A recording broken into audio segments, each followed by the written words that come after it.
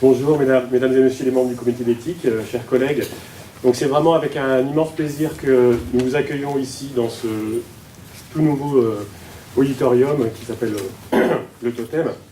Donc il fait partie de l'Institut des systèmes complexes. Alors je voudrais juste dire deux mots sur cet institut parce que ce genre d'événement est aussi l'occasion de créer des ponts entre différentes communautés. C'est un institut donc, qui est porté par CNRS INSHS, qui existe depuis plusieurs années et est devenu unité depuis 2014,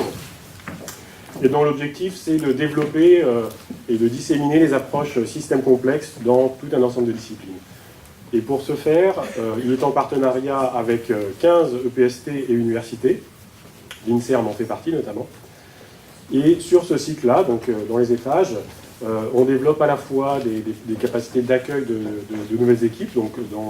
sous forme d'hôtel à projet.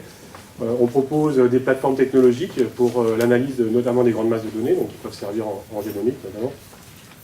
et la modélisation. Il y a des équipes qui font du développement de méthodologie, et puis donc cette activité aussi d'accueil d'événements. Et tout ceci repose sur l'idée que donc pour une science comme les systèmes complexes, qui est une sorte d'interdiscipline en fait, où il s'agit en fait d'analyser ce qui peut être commun aux grands systèmes en termes de comportement, il faut favoriser au maximum les échanges entre les disciplines et trouver vraiment certains facteurs explicatifs qui pourront traverser les disciplines et associer ça avec donc la mise en place des infrastructures d'analyse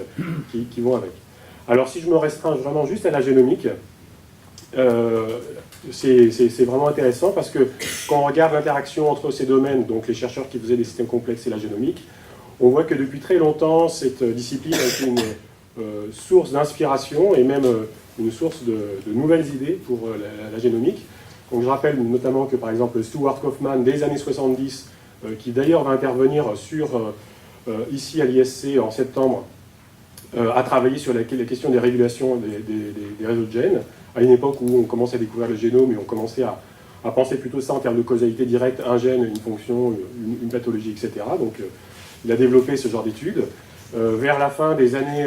90, il y a eu les travaux d'Henri Atlan il écrivait son livre « La fin du tout génétique », où on commençait à penser l'épigénétique, le rôle du métabolisme. Dans les feuilles de route systèmes complexes des années 2000, il y avait des parties très importantes sur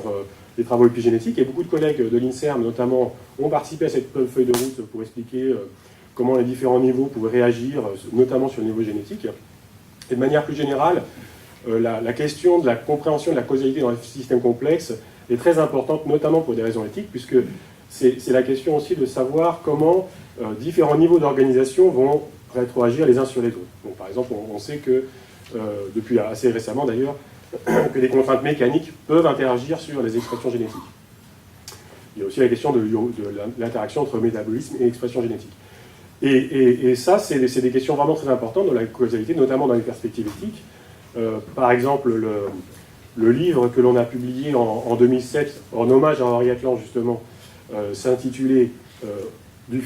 Système complexe du physique à l'éthique. Et là, je pense que donc il y a beaucoup d'interactions à avoir entre la communauté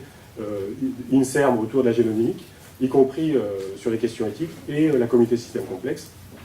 notamment donc autour de ces questions de causalité, c'est-à-dire que effectivement, si on annonce à un patient qu'il a certains facteurs de risque, il faut arriver à comprendre comment le facteur génétique s'inclut dans les systèmes plus larges, avec tout ce qui est épigénétique, métabolisme, etc.